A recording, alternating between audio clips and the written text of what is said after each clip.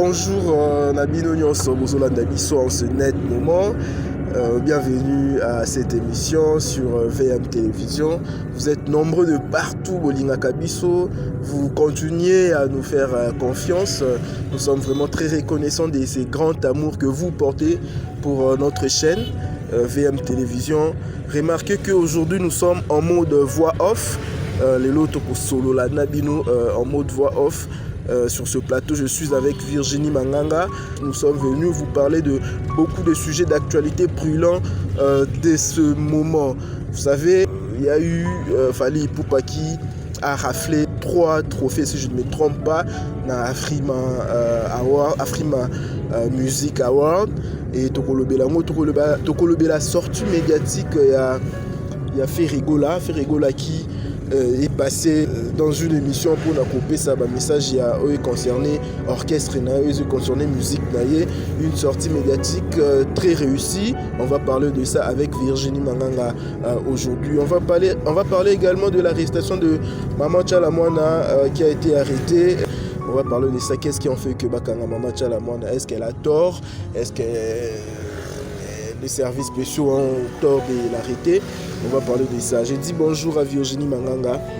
Voilà, bonjour Bédrick Lukaboué, bonjour à tout le monde qui nous suit actuellement sur Virginie Manganga Télévision. Ça fait toujours plaisir de recevoir, de retrouver encore nos fidèles de cette chaîne, mes fanatiques, mes amis, ma famille, mes collègues. On va parler de Tchalamwana qui est une grande chanteuse congolaise vers les années 80.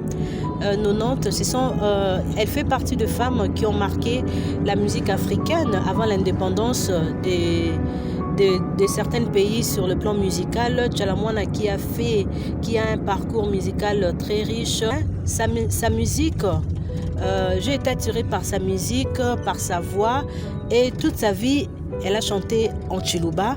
Mais elle a emporté le public de différentes provinces. Et là, il faut le dire, une fois j'étais avec une consoeur, c'est une grande dame, Françoise Vita. Elle a dit, Virginie, j'adore cette femme, j'aime sa musique, malheureusement, je ne comprends pas Chiluba. Donc, on ne peut pas aussi mélanger la politique avec la musique. Tchalamwana, au départ, c'est une chanteuse, artiste, à peindre, à composer, à yembi. Quand un artiste peint, chacun de nous admire son travail à sa manière. Bon, moi, je trouve injuste de coller cette chanson Ingratitude au président de la République. Je ne pense pas, je ne sais pas. Tchalamwana peut le faire à notre président Fachi pour aller traiter de la sorte. Ok, Virginie Manganga, on va approfondir ces dossiers de Tchalamwana. Après, je salue tous nos abonnés qui sont en train de nous suivre en ce net moment. Je vous demande d'être branchés jusqu'à la fin de cette émission. Voilà, vous remarquez que c'est la première fois tout ça là, une émission en mode voix off. Voilà, c'est juste pour votre plaisir, chers abonnés. Virginie Manganga, mais Tchalamwana bakangi yebisa biso nanu. Toi, tu es une femme. Qu'est-ce que tu ressens en tant que femme? Au monde, une maman à Yembela Congo, elle a fait beaucoup pour notre pays. Elle a arrêté et dans des conditions difficiles, telle une criminelle. Elle a arrêté et puis a passé une nuit dans le cachot et à Aner. Et ça, en tant que maman, en tant que femme. Bon, j'ai été choquée par cette arrestation et puis je condamne. Hein. Comme j'avais dit, Tchalamwana est artiste, a commis Nzembo Yembi. Donc il y a une intimité qui a Yembi la présidente de la République, parce que c'est une femme. Et ce que je déplore, les injures à l'égard de cette femme. Elle est une mère. Musicalement, elle est une femme où a contribué belé na musique y a Congo, tu vois. Son arrestation, moi je trouve ça injuste. Et puis nous sommes en démocratie.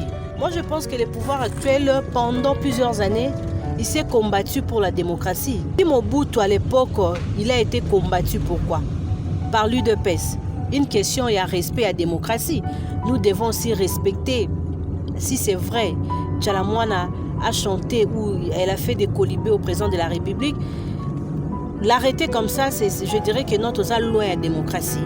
Et puis, je vis un monsieur appelé Tchalamouana faire semblant de demander à la femme de crier ou de chanter une chanson pour naïe. Et après, ce sont insultes. Oui, l'andami qui a salaboyé, elle a couché avec ceci. Mais on est où là?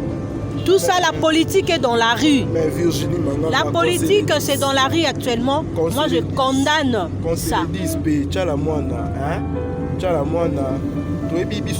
Comment est-ce que les Congolais ont souffert dans le régime où est géré pendant 18 ans? Les Congolais ont souffert. Et personne n'est dupe pour Napoloba que Tchalamouana a soutenu le régime Oyo et Outikoutikabiso et ça les 18 ans. Pardon Virginie, les Congolais vont souffrir. Maintenant, quand il s'agit de grands sujets pour la faveur de la population, un grand débat où ils ont touché beaucoup à la biso. Nous te montrons Tchalamouana à yembate à soutenir la population à souffrir. Il y a soutenir toujours le régime Oyo et faire souffrir les Congolais pendant 18 ans. Est-ce que tu ne trouves pas que ceux qui sont fingaillés, les Congolais sont révoltés, comment est-ce que Yé a soutenir le régime et en plus, il s'est mêlé dans la politique, pour quelles raisons? Est-ce qu'on va construire notre pays avec des insultes?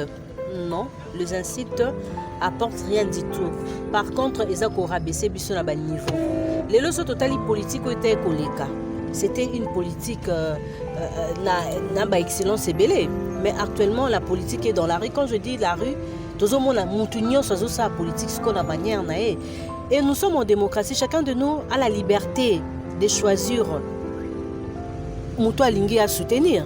Non, tombe à démocratie. Démocratie, je ne crois pas que Tchalamouana a tué quelqu'un. Mais quand vous accusez toujours le régime passé, mais le régime moi est la fusion, régime actuel. C'est là où moi j'ai mal à la tête, Bédrick Lukabo, vous comprenez raté. Donc vous avez le régime est bomimboka, mais le régime est sika, baza toujours ensemble. Nous avons toujours le bien-être de la population congolaise, il y a un des idéal. Et d'ailleurs, moi, je m'intéresse plus à la politique depuis l'investiture et à présent de la République parce que la comprenait ma mobilité. Ne s'intéresse à la politique. De toute façon. Donc, moi, je condamne l'arrestation de Tchalamouana et mais bon, qui a de preuves tangibles que Tchalamouana s'est adressé à notre président que moi j'aime, que je soutiens. Le président de la République. Il ne faut pas aussi aller trop vite en besogne, attendant de voir, attendant d'écouter la raison et l'arrestation.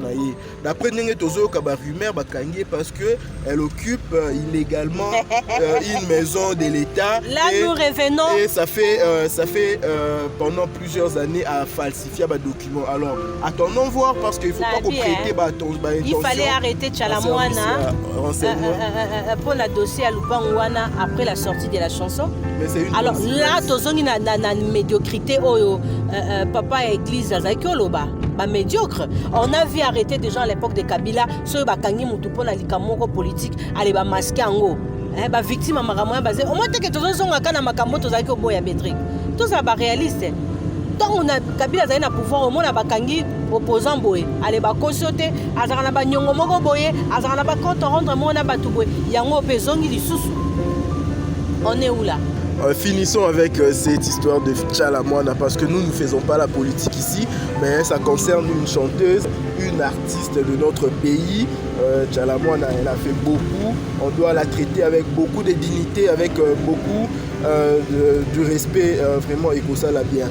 Chers abonnés, chers téléspectateurs, parlons de Ferregola. Dernièrement, tout le monde fait Ferregola à Outsiko, la télévision. C'était le dimanche passé. Ferregola a sali sortie médiatique Mukobo Yohana musclé. Ferregola a parlé de beaucoup de sujets et nous allons essayer un peu de décortiquer, d'analyser intervention à Ferregola dans les médias. Virginie Mangangolandi Ferregola. Par rapport à Nengo Yeba artiste Nandenge Omonia qui est dimanche à Zoloba avec beaucoup de sérieux, avec beaucoup de maîtrise, avec beaucoup d'humilité, avec beaucoup de maturité. Pour toi, tu analyses ça comment? Bon, tant que tu auras âge, moi je dirais aussi sagesse et que ça m'a révélé. Je pense que Ferregola est devenu encore plus sage, plus mature, plus intelligent. Donc j'avais apprécié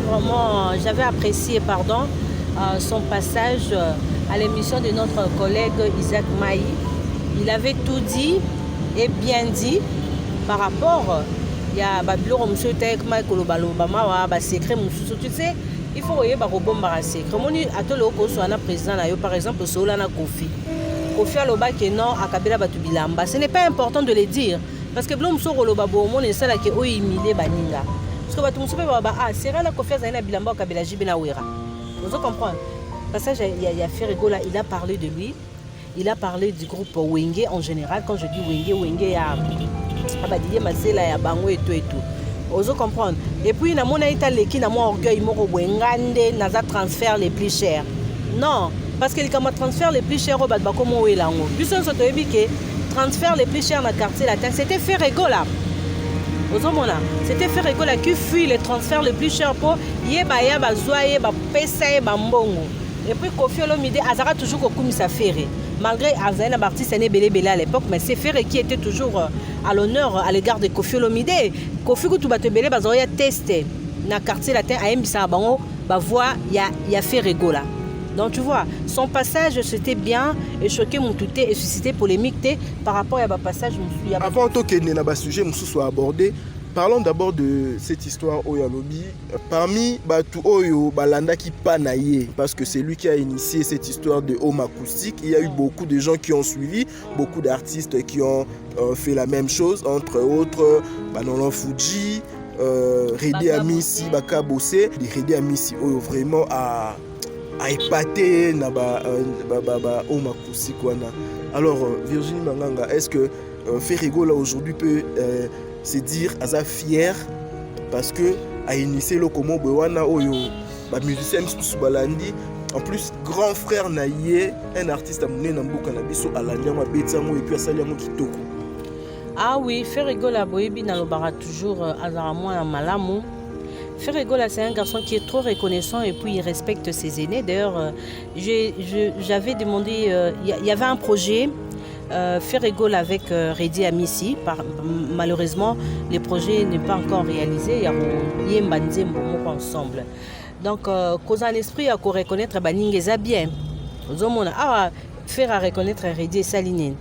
Non, on a fait azoboya Redi Amissi. Non, on a fait azoboya jibe bawera par rapport à leader mususu baboya ba vie na bango na ba pesa bango ba vie balingara bango te koboya komona ke bango ba danger. Vous comprenez? Est-ce que le logo faire à sali tombe baninga musu ba sali et comme si j'ai manquéri est-ce que c'est manqué na ba Redi a c'est manqué na ba Fuji non a beteli bango ka maboko OK o nga na salaki ngo bien bande ko pe ba na sima ba sali ngo bien mais so ke zalaki batu mususu Bédri Luka Boninga Moninga comme sujet Monkeri, numéro 1, il y a live acoustique, non, il a fait qu'applaudir ses collègues, ses aînés, et c'est une bonne chose. Moi j'applaudis l'artiste Ferregola a continué toujours l'esprit à unité, a continué toujours l'esprit où il y a humilité à l'égard de ses collègues, Aza orgueillité. Moi ça me fait plaisir. Parmi Babiloko Oyo Ferregola insista qui mingi na émission wana c'était le respect na groupe Oyo Nene Wenge Musica. Donc Ferregola a beaucoup plus insisté sur le respect qu'on doit donner à ces groupes Wenge Alobi. Il ne faut pas les musiciens sakana na Wenge. Il faut vraiment qu'on respecte Wenge parce que Wenge sali en sorte que Bajan est belé, bas à la propulser, Bajan est belé, bas exemple à Malam ou bas musicien belé au bazo dondo alelo. C'est parce que bazo qui exemple à Wenge. Alors il faut pas que les musiciens baya kakové na ba télévision qu'ils crachent de bêtises sur Wenge. Vraiment, c'est comme si Ferré, il était touché un peu. Koyoka, ma collègue Naye, a critiqué, a loba un peu en mal Fally Ipupa à l'écart de l'émission. Il a sous-entendu Fally Ipupa, j'espère que l'année émission Fally Ipupa a sous-entendu que Wenge Moutou est mis désordre dans la musique à Congo, Wenge Moutou est mis polémique. Alors, Ferregola, dans l'émission qui dimanche, il a trop insisté sur le respect qu'il faut pas payer sans la Wenge. Est-ce que c'était pas une manière de répondre indirectement à notre collègue Fally Ipupa? Bon, s'il a porté correction à Fally, il a bien fait, hein, parce qu'on apprend toujours à Moussa Gobunga. neti fali côté wana abungaki moni polémique ya musique et bana nango kala soto bito landa polémique ya Kester na Papa Wemba musu baloba ke non papa Kester akimisa Papa Wemba Kinshasa c'est ngana ba obenga Kester Jésus ozo comprendre polémique ya Rochero na Franco avant basa lisanga ya banganga Kinshasa makambo bauta pe na ba polémique banda nango lelo te banda kala confiance la polémique na Papa Wemba ba jeto ebwakama makambo belé banda kala ozo comprendre polémique banda lelo te polémique banda zayi comme te kimisaka mbili abel na mama solo moko boye toyebi donc polémique banda lelo te banda kala. Vous comprenez? Si cet artiste accuse Wenge d'être l'auteur de la polémique, c'est injuste. Vous comprenez? Biso tokenda conférence de presse à Makambo Sokoda, Josar no kalongo accuse Verkis Kamwangana que non alingara copine ba bunda kutu ba komarati na caniveau na terrasse soto bengara. Donc c'est ezani, eza polémique te. Et polémique banana ngokala. Wenge nde ezana obike Wenge zelengi ya omoi bato beye babeta na Wenge te na mona bakoma na kanda ba oyo bakoma mona danger bayaka teste na Wenge bazo bango te bakoma ndie kolka ko rendre Wenge ba compte parce que Wenge ngana lobango le na lobaka Wenge ta d'esprit bana Wenge ba mo ba comprendre que makam Virginie Manganga lobaka eza ya solo Wenge c'est un état d'esprit. Vous comprenez? Wenge za marambo ebele puis Wenge on faut pas respecter rango. Virginie Manganga va to continuer.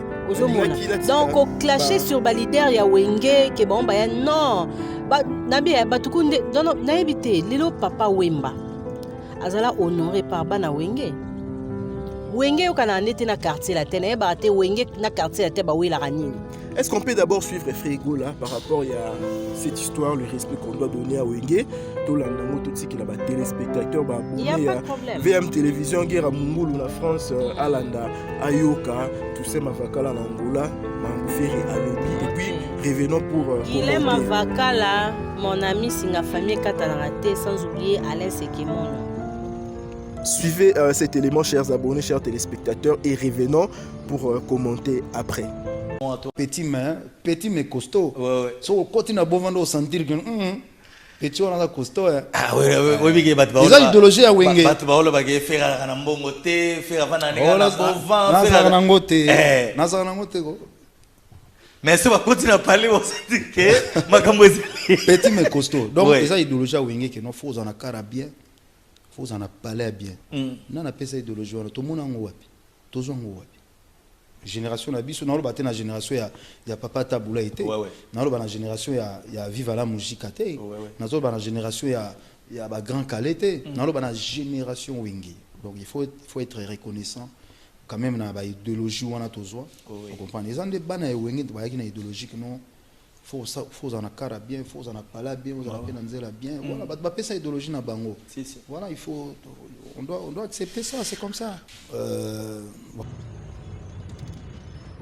Vous avez suivi vous-même, vous avez suivi par vous-même comment est-ce que Frégo insiste sur les respects qu'on doit donner à ces grands orchestres mythiques, légendaires, Wenge Musique, Alobi, Gou, ya Otambola la car, ya Kolata bien, ya Okende Inter, et Outala Wenge. Alors, il ne faut pas que les gens viennent cracher sur cet orchestre-là. Voilà, il faut vraiment avoir beaucoup de maîtrise quand on sort à la télévision pour parler, surtout qu'on est, on est supposé être une star, un grand artiste de ces pays. Virginie Manganga, par rapport à Bapropa Ferré, est-ce qu'il a raison? Il a tellement raison. D'ailleurs, on a quand même émission, on a tant mingité. Il fallait que vous falliez à l'école au monnaie des messages. Na mon etikala ta olobela message c'est une émission wana. Donc à une temps ya relaxaka ke non Kofi apesa jibe na wera bilamba. Comment sont lobi na mambo solo si réellement. En tout cas ngande na yebeli na ndimi na ngate jibe ala te lamba Kofi Non fallait Kosi. Na mon ya Kosi.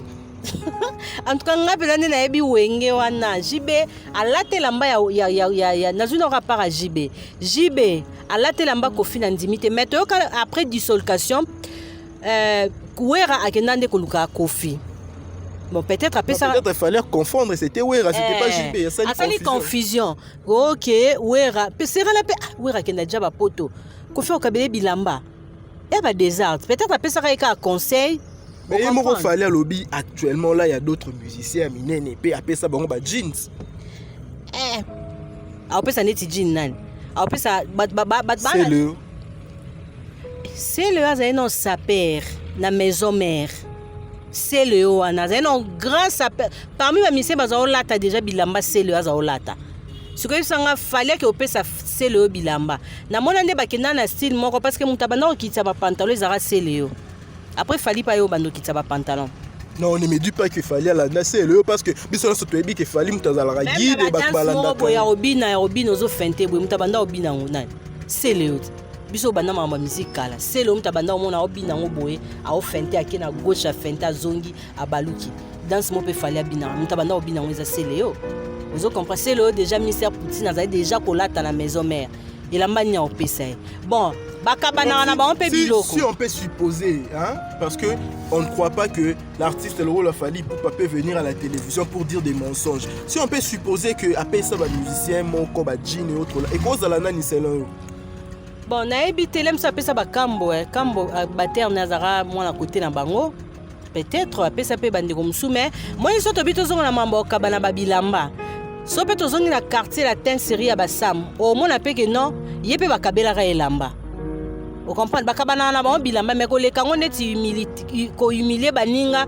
azanga te misia zanga ni lamba te popero douana ba misia tout bazo ke poto ba na ba na bilamba mais bakabana ka bilo contre bango apesi au papespo musicien nyonso ndenga zanga na Kongo ala telo ka muninga okaka so bova mpe na kuzo o mutu na nga autaka bo apie bo to ofana pe boye bamblum so to kolo bango tende to vana pe na ba musicien oka pe na uta poto ya tikalaki na elaki ba jean mobo ce sont des choses qui arrivent mais fallait les kanango teneti ba musicien bazara bazangi ye mozui nde apesaka ba o bazanga te ozo comprendre ya ba blum so faut ko éviter rango ozo comprendre ba pesa bazé belé mais baloba rango te. Virginie Manganga, une question. Comment tu peux analyser, si on veut être objectif, surtout à l'impartial, sortie médiatique il a fallu pour pas Oyoana parce que bah te belé bah critiquant ouais, bah mon il fallait mon Oyoana trop agressif, fallait mon Oyoana n'avait pas le contrôle sur ce qu'il disait, fallait un Azaki un peu prétentieux.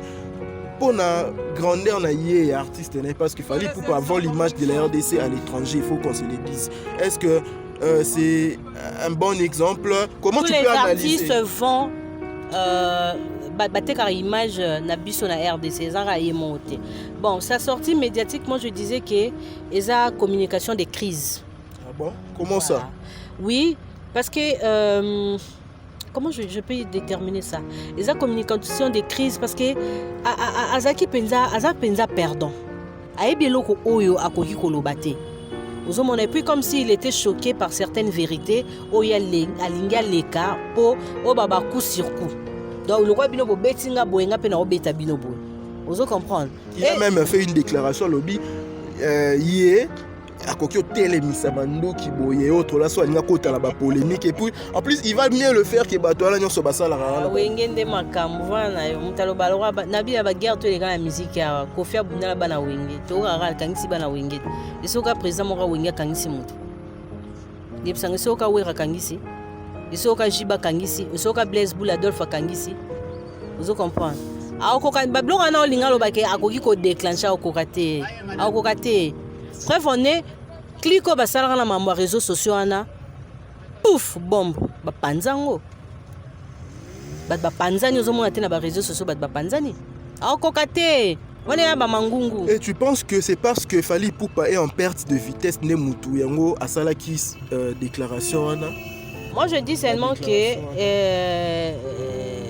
perte de vitesse c'est trop mais non quand je dis perte de vitesse c'est que la plupart ba bloc ça ne colle pas n'engue to be Fally hein tu vois. Oui d'ailleurs déjà système akakipa kokolo désactivé kotanga ba kombo ya ba ville roi ba jibe ba wera wana ndenga foke ko faire kabila ba bilamba mabe koleka ko wela ke yenda zaki transfert les plus chers c'est kayo karande bat balobara qui transfert les plus chers c'est fait rigola donc il a fait que répondre à certaines choses au ngana ebi na niveau ya mitiaka Madagascar à quoi répondre était à répondre ce qu'on a la futilité. À répondre à la futilité. Moi, j'attendais plus qu'il parle de sa nouvelle chanson qui est Message. Mais Message aussi, ça pose problème. Fally Ipupa, na niveau nae, pouvait pas sortir Nzembo Moya Bamboa qui est là. te ya banda kala ya boka bambwaki la so teli banzi moni ya za kabika ki baka ko te banzi moni mingi za bambwaki la depuis quartier latin et tout bazara jaloux na c'est depuis le temps. Ok, bref, sautant. Virginie Manganga, parlons encore de cette sortie médiatique de Ferrego là, parce que Ming Tozo le Belande yango. Ferrego là, tout n'a qu'une question sur changement et style la musique. Il a bien répondu. Il a fait la rétrospective de la rumba, l'évolution de la rumba depuis indépendance, tcha-tcha. Tilelo en tout cas, il est fait rigoler, on a beaucoup apprécié cette rétrospective, cette évolution à tracer rumba congolaise depuis le début à Pongolov, Papa Rochero, Tilelo, voilà, il a fait voir aux gens comment est-ce que le rythme qui évolué, rumba congolaise n'est pas statique. Et actuellement, aujourd'hui, lui vient avec la rumba trap. Parce que il faut qu'on se le dise, hein, à l'objet, Batebele, le lobaza qu'on s'approprie, style, nous déjà, Betakamokala, ah ouais, il a raté. Lui, il laisse ceux qui m'a s'approprier nango atiki. Là, il fait allusion peut-être à Nzemona ya Zazou. Zazou a bien un rumba R&B, Batebele babetango par après, mais bon, ils se sont appropriés de ça à l'objet à Kipakamote.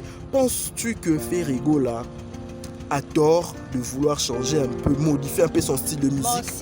Bon, s'il faut amener une modification, je dis oui, mais il reste dans la rumba. Peut-être moi je serais de si Ferré laisse la rumba à 100% parce que c'est l'artiste qui a une voix oyo soazwemba rumba ozokangwa elengi rumba miso ya mikolo bato baoganga na bango neti misika lelo bato bazoganga nazocomprendre mais bozoganga nini, tu vois.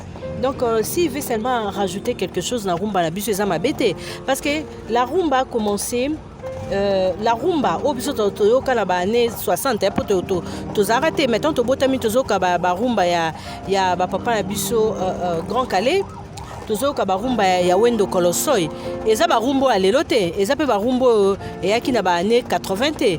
Donc si lui il arrive à amener quelque chose dans notre rumba congolaise, c'est bien, moi j'applaudis. Donc d'ailleurs, Ezelomo est bientôt accompagné, Bisson se peut adopter. Mais pourquoi Bazolo c'est un suiviste à Landi? Balobi, c'est pas lui qui va changer la rumba. Rumba déjà Moutoumoussou déjà changé. Pourquoi est-ce que Bazolo Babongo? Oh, lui il dit il vient faire un nouveau style. Tous ces gens-là cherchent à affaiblir Ferrego là. Tous ces gens-là, maman a la qualité na yé, ya voix na yé leki tellement makasi.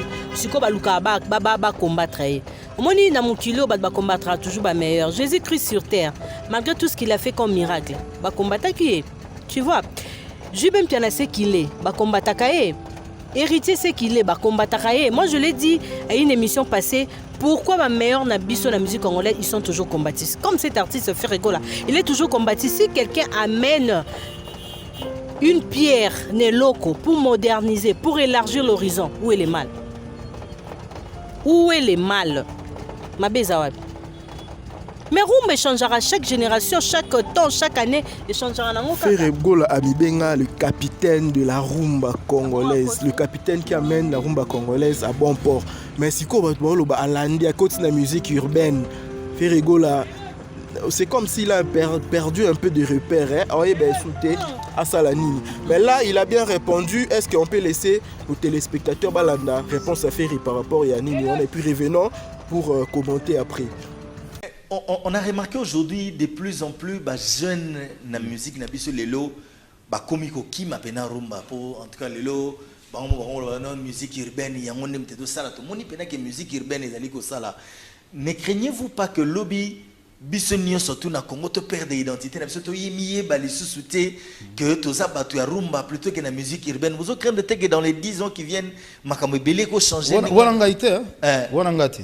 Mais en tant qu'artiste, ouais bien sûr. Non, on bangaite parce que au moins mutuno ça va na ba projet en fait. Ozo ça la projet, les ala waniti obando tonganda omo na gitambu nda wana vide, ovana ga ndengo na te.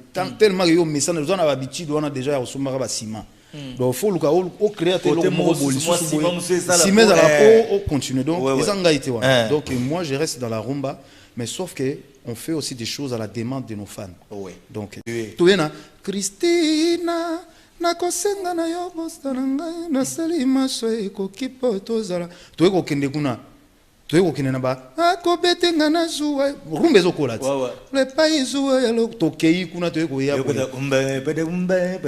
wana rumba te wana eza rumba te toye koya oui wana rumba te toye koya lisusu toye koya ndodo te ndodo to ndodo to to to to te ndodo te ndodo to la ba futelenga tozaka na rumba ti le mpapa wamba le kuru na sukawa ayo betela biso ni maître de toye kotala su totala rumba eza koévoluer tala ba histoire na bolingo ezalaka toujours compliqué olakisaki ye minu yobongaki motema nzovu kiwape na bolingo yebengani ozompana tozopusanaka na barumba toye koya lisusu omemelanga liso ya kolula tozopusana lelo omoni mpe tolinganaki na ye na longwe susu kuna elenge ya koloba nazopusana malembe na ye naye koya na okozonga maboko pamba tozopusana lelo tokomoya sikoyo amour eza siko fo yoka beat nini ezobetama wana. Ok.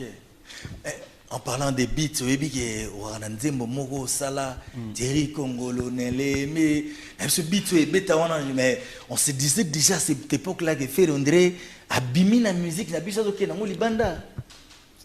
Na abîmer la musique na biso te. Kata na biki no bo pona ni sikoyo to ya oganga pona to ba msaboye. Moni bat ba kufa matoi te bazoka quand même musala to sala. Ba bi déjà que non faire ayaki déjà na moi esprit wana déjà. Donc eza wela te po musique ba wela ngote musique ba wela ngote so mun muninga kuma wela musique otikele kende na atombola ngwa chango na mapeka kende na donc musique ba wela ngote eza ba style to sala boye. Nous sommes très contents de votre fidélité sur cette chaîne VM Télévision, chers abonnés, chers téléspectateurs. Fabrice Ngonda, les États-Unis, Toussaint Mavakala, l'Angola, Arnaud de Wango, Audrey Boluka. Vous êtes vraiment nombreux à la chaîne Oyo et merci pour votre soutien à cette chaîne. Virginie Manganga, on a vu Ferrigo là, qui parlait de cette histoire, de cette affaire. Il y a changement de Bastille, la musique. Ferrigo là qui s'est bien défendu. Maintenant parlons un peu de un sujet que abordé qui na émission on est trophée. C'est comme si Ferrigo là y trophée est intéressant ou soit peut-être il n'arrive pas à faire une musique ou il essaie un trophée. Bon là on ne comprend pas parce que dernièrement un collègue naïe il a raflé 2 trophées na 2 ou 3 trophées na Afrima Music Award ou tout ça là en France. Maintenant qu'est-ce qui fait que Ferrigo là azala musicien oyo il fait de la bonne musique mais bah trophée zolandate c'est quoi le problème en fait? Il faut qu'il y ait un trophée. Peut-être il a compris que tous ces trophées là pour en avoir tous ces trophées là sont monnayés. Peut-être il a compris l'important de ces années. Tu vois, oui, c'est bien d'en avoir, mais peut-être il a compris tous ces gens-là. Il s'agit de donner quelques sommes, quelques billets verts, tu en auras 2 ou 3. Vous comprenez, il ne faut pas accuser Fally Ipupa d'acheter le trophée. Non, moi j'accuse personne. J'ai dit peut-être la réflexion de Ferré. Et cause à la bombe. Tous ces gens-là, ils vont avoir un trophée. La musique n'est pas offrir à des différences ces années. Il y a trop local. Bon, il y a planétaire. Parce qu'international, on est sur international. Ce que c'est un planétaire. D'ailleurs, moi, je trouve ça injuste. Cette année 2020, la personne qui a cartonné, c'est Innocent Baloumé. Moi, je dis cette nomination est injuste. La personne qui copie ça 2 trophées ou 3 trophées, il fallait aller à Innocent Baloumé. Je pense que Innocent Baloumé a plus Innocent Baloumé, cette année, il a beaucoup travaillé à connaître le succès Makasi qui est artiste belé à Congo. Il s'est plus démarqué que Fally Ipupa. Je dirais oui. Donc tu penses que c'est Innocent Baloumé qui méritait... La personne qui méritait ma trophée, c'est Innocent Baloumé. Ça, ce sont mes sentiments et puis à Vinanga. Tu as mérité qu'on soit innocent. Il ne fallait pas penser qu'on soit innocent. Parce que innocent, cette année, il fallait plus en 2020 marqué. Donc pour nous, il fallait Non, après son passage à Bercy, Abimsaki a le téléphone. Simbi.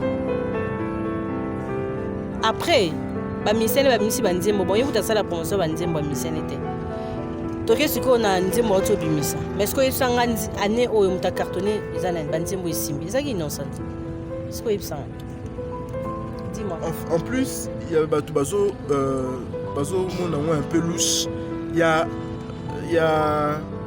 a une autre compétition award mosusu eza na France wana Energy Music Award oyo baartiste ebele basi retrouvaka au niveau international tomoni ba Justin Bieber baza wana ba Matt Pokora baza nominé mais ce qui nous a un peu plus tiqué ce qui nous a un peu plus étonné oyo ba congolais bato ebele bamoni yango louche Fally Ipupa qui vient de gagner meilleur artiste francophone meilleur artiste Afrique centrale il n'est même pas nominé na Energy Music Award. Comment ça peut s'expliquer? Je pense toi-même, tu as répondu. Tu as posé la question, tu as répondu. Comment Moutou a bimé meilleur n'a des trophées Kuna Koto et tu retrouvé parti Sebele Azadi? Dis-moi, tu as la réponse? Donc on peut dire que histoire à trophée autre là, c'est pas crédible. Ce n'est pas crédible. Une question de billets verts, c'est tout. Mais fait rigole à lobby animateur award Grammy Award. À lobby on reçoit Grammy Award né pour nailler. Tu penses que Grammy Award il est avec Cora là. Oyoka histoire ya Cora. Et kufa pour l'année. Parce qu'on avait compris qu'au fil Olomide babenga requadra mais ba trophée les aime en ya katuku bianza à Sombarango. Et babenga la mais c'est à Jovi en Afrique du Sud. Toutes ces histoires-là. Et dans une émission, c'est le si tu mets ton paquet, tu en auras. C'est le a dénoncé cela. Il a démontré comment est-ce que l'artiste va sombrer va trouver la photo. Voilà. C'est comme la soirée où artiste c'est baroyer belé. Energy Music Award. Energy Music Award voilà. Yo zate ndeni.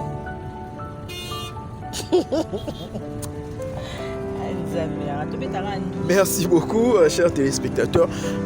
Merci beaucoup de l'émission. Oh, je sais que vous êtes contents de partout. Vous êtes en Afrique du Sud. Armel Otangué, H3. Vraiment, le roi soleil, Auguste. La personne vraiment Motebele. Andy Lom, Olaka Embe, leader. Voilà, vous êtes vraiment nombreux. Jiva Botoko. Continuons avec l'analyse sur l'émission de Ferrego là, tous autres décryptés émission ya Ferrego là.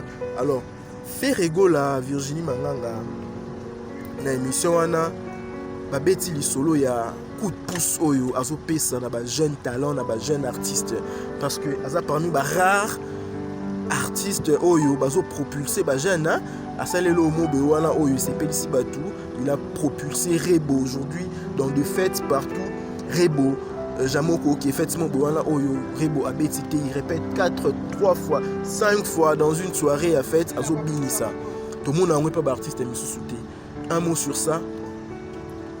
Oui hein, j'applaudis Ferrego là mais moi je sais la personne qui avait commencé l'idée avec cette histoire il y a ba label jusque là binisa moutouté hein. Tu parles de qui? Moi ya kaonga c'est label nanga mikolo eza maso ba label tout le monde a binisa moutouté. Au moins Ferrego là avec Rebo ça marche bravo à l'artiste dengana ba moto ko taza musicien na oti mais au salé ba play ozo bimisa il est passé à une chaîne étrangère là-bas il est passé sur France 24 il Ferrego là qui a parlé des Rebo ozo comprendre mais tout le monde a benza musicien abeta na groupe nae à qui paraît aloba maram nae donc bravo à l'artiste j'aimerais qu'il s'arrête pas seulement à Rebo notre pays a plusieurs talents qui peut encore pêcher pour créer. Alors il y a encore 2 ou 3 artistes au Azo propulsé Nicolo yo. Alors là, comment est-ce que ça va donner? Est-ce que Virginie Manganga ezalaka mutema mabe ya ba leader ou ezalaka je ne sais pas ba artiste bango moko peut-être Rebo PC parce qu'elle a du talent hein? C'est parce que c'est pas une question oui talent ezala ngolo ke baba ya pena ba chanter musu ba yembaka danger ko le Rebo bazali ya ba yembaka mystique ko le bazali mais siko bazwa o ba bimisa o basala o fira zo sala c'est ça le problème C'est ça le problème. La musique n'a pas et bien on ba vieux ba orchestre belé ba les kawana tout mon até. Talara que les solo même ya ba lever les rideaux na Kinshasa za insulté. Ba lever les rideaux na yango sala pe ba wengi wana yebana po ba beta yango. Vous comprenez, Jubela dit à une mission à Virginie. Ngana souffrant la musique to longa penda ba makolo to ke no beta kuna donc tu vois. Ba no beta ba lever les rideaux ya ba zaiko ya ba pur ba kuba mais est-ce que ba groupe yena sima? Ba pesa ka chance na ba groupe. Et puis politique ezara kala na olinga bazongisa ngo ya ba groupe ya ba commune. Yango esala pe ba la cause ba bima esala pe ba mise belé ba bima. Lelo koma po bima kaka il faut zala na groupe wana ezarate.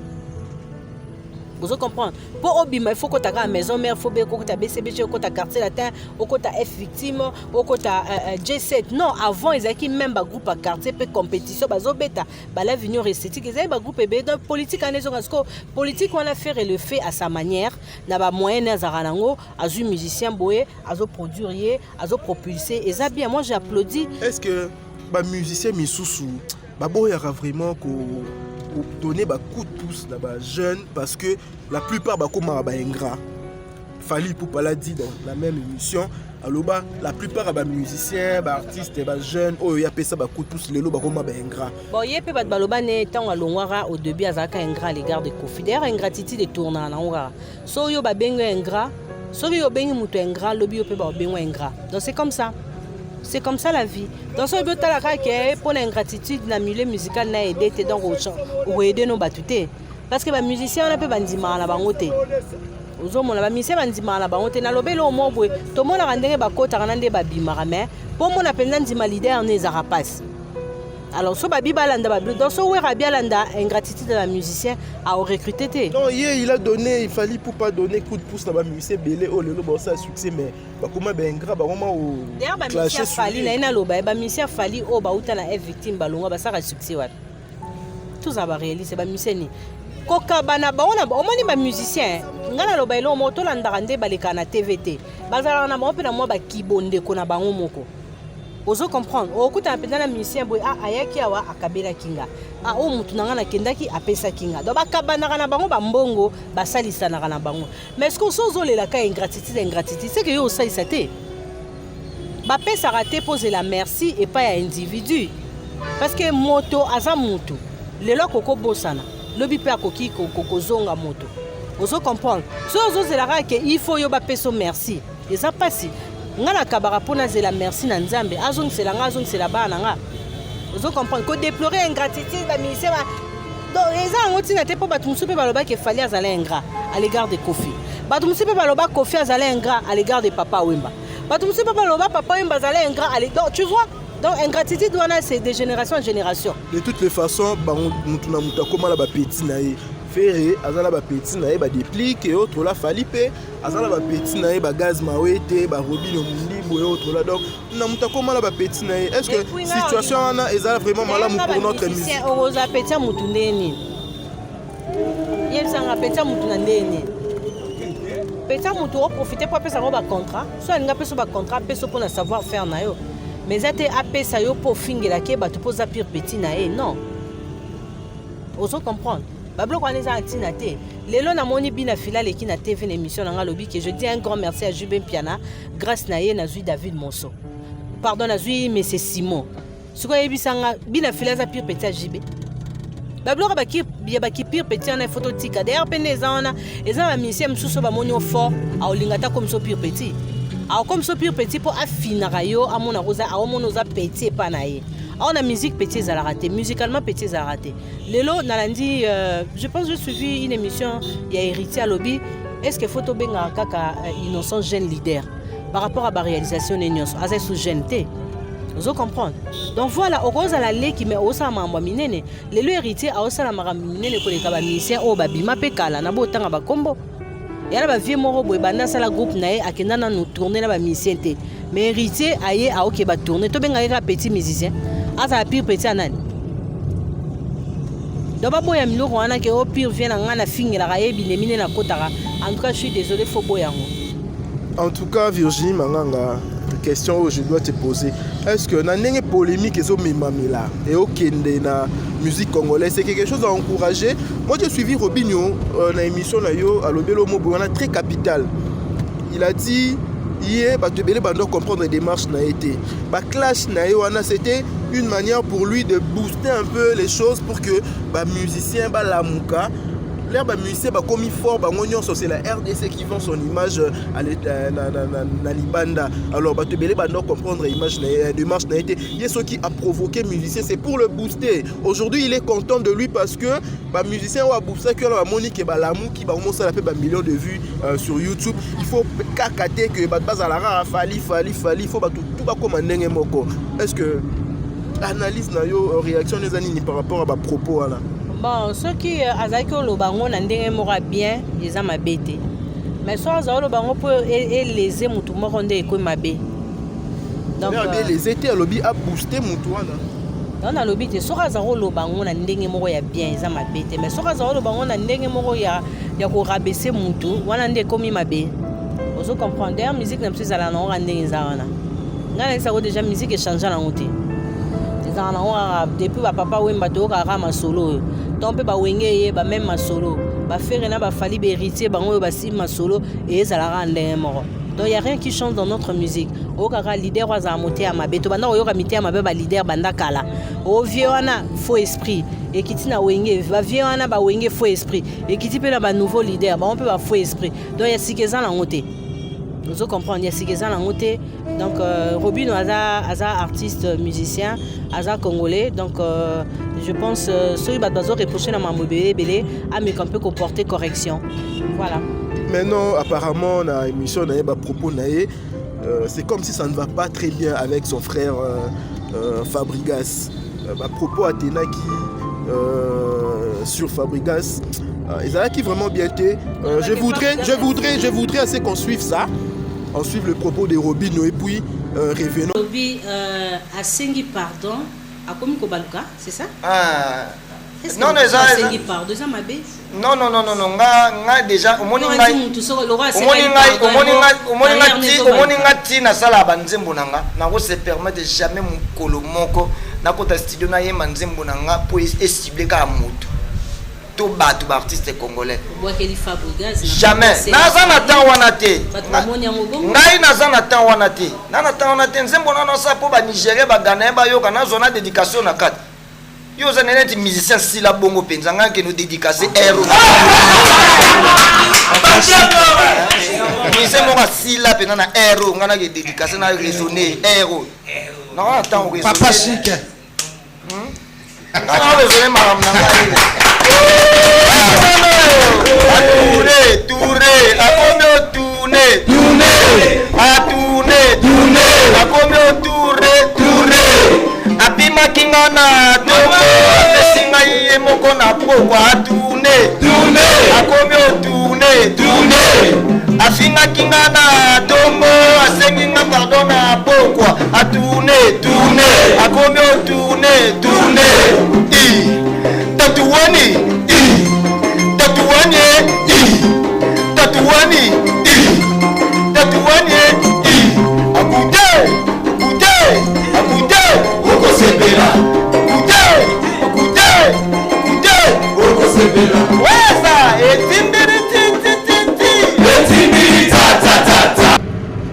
Voilà, chers abonnés, vous avez suivi Robinho Munzibou clasher un peu sur Fabregas. Virginie Manganga, est-ce que ce sont de bonnes cœurs de voir Robinho Munzibou clasher Fabregas pendant que tu as vu Fabregas hier, pardon, il ne veut plus de problème. Hein? Aligné soit polémique, aligné ça la musique naïe vraiment calmement, sans problème. Est-ce que, mais tu peux reprocher Fabregas la musique est un polémique. Si aujourd'hui Wera n'a jamais bakanga ma solo parce que eux deux bazaki na polémique. Alors depuis que la polémique n'a pas moi aussi là un peu quitter moi moukier. Maintenant est-ce que ce sont de bonnes guerres? Est-ce que Robinho Munzibou a raison de s'attaquer à Fabregas de cette manière-là? Bon, nos artistes, moi, Voilà, ba musicien na biso nde bazawana bazana moi makamna bonga malamu pena ya mabe. Donc là on a la koko lobaka kezam Robino na fa baoela maramusu. Actuellement, j'ai appris l'animateur Chomi qui travaillait avec Robino à Koti et pas à Fabrigaz. Je ne sais pas si c'est vrai. Donc moi quand on a la moni ameka un peu ko déborder dans Olobake. Pourquoi Fabricas qu'on soit musicien à Robinho de cette manière-là? Bon, Robinho bota musicien biologiquement. Non, tu regretteras que moi non a ignoré Alobake Virginie maman Virginie tu n'es plus ma mère, pas maman parce que ma maman to goza na bango belé mais mère azarama encore. Donc si Chomi fait son choix d'aller travailler avec Fabrigaz et à ma bête ngakuna mona ngo elo mo ra soigner la tête et là mon père obundé la tête que musicien alina sa choix au na groupe bino bossa un problème. Il y a sali so Chomi c'est vrai que côté pas Fabrigaz. Là monsieur amoni lo romo boyo ils sont quoi intéressé té pemé la Robino akena. Donc voilà, baza ba frère ba ebike ba ko bongisa na bango. Merci Bédric.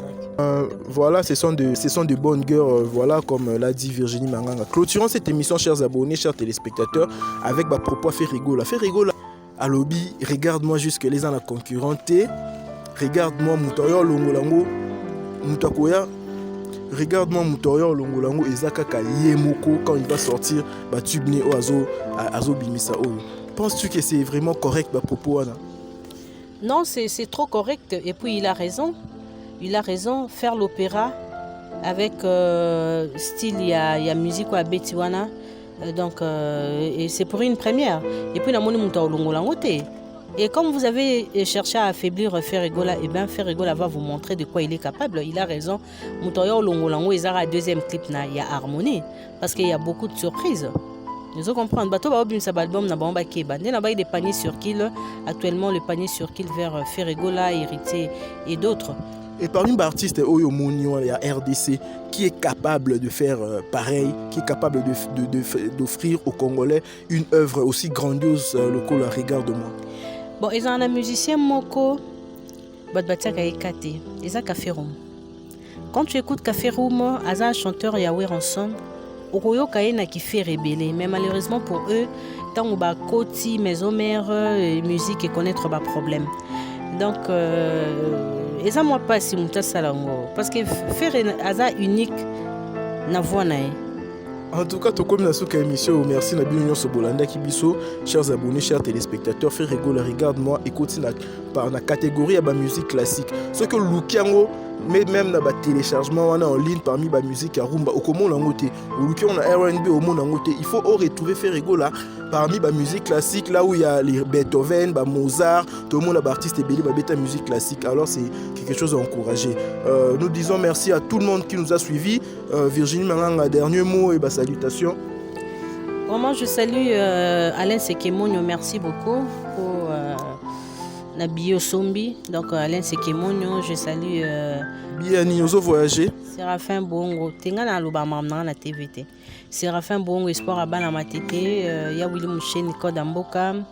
Na batutu balingaranga bazebele ba Hakim Saloum mikolo tope sambote belé na Maria Piron, l'épouse légitime ya boss Eric Mandala parce que Eric Mandala zana mo cinéma ko. Maria Piron, moi c'est Kitoko, moi c'est Apembe, maman gentille, maman sociale, merci beaucoup. Nabo Sanité Poison Kassirika, le champion de sa génération, Hakim Saloum, Anel Kamouché, Nibambo Tebele, vraiment je vous aime beaucoup. Maria Piron, moi c'est Zangambanda. Moi si moko Eric Mandala Zaranae. Dans la PC Million Sabambo, Tenangarabino Mingi, Nazo Zelaka, album ya Héritier Watanabe. Je sais qu'Héritier va nous donner un travail d'excellent. Donc j'attends aussi Harmonie de Ferregola. J'attends aussi Tokos de notre artiste Dicap La Merveille Fali. J'attends l'album Bal de match de Papa Yoji. J'attends vraiment aussi la prestation de Weranson au Zénith de Paris. Félicitations à Wera. Donc je vous aime beaucoup chers amis et je vous retrouve prochainement. Bisous, abonnez-vous sur Virginie Manganga TV. Nous vous aimons beaucoup, chers abonnés, chers téléspectateurs. Bon, continuez à s'abonner massivement. Hein? Voilà, la chaîne Oyo. On a appelé Simbo Tassouk et pas Yannick Mbo, le pou de Tania Lukabou. Voilà, bye bye. Retrouvez-nous prochainement.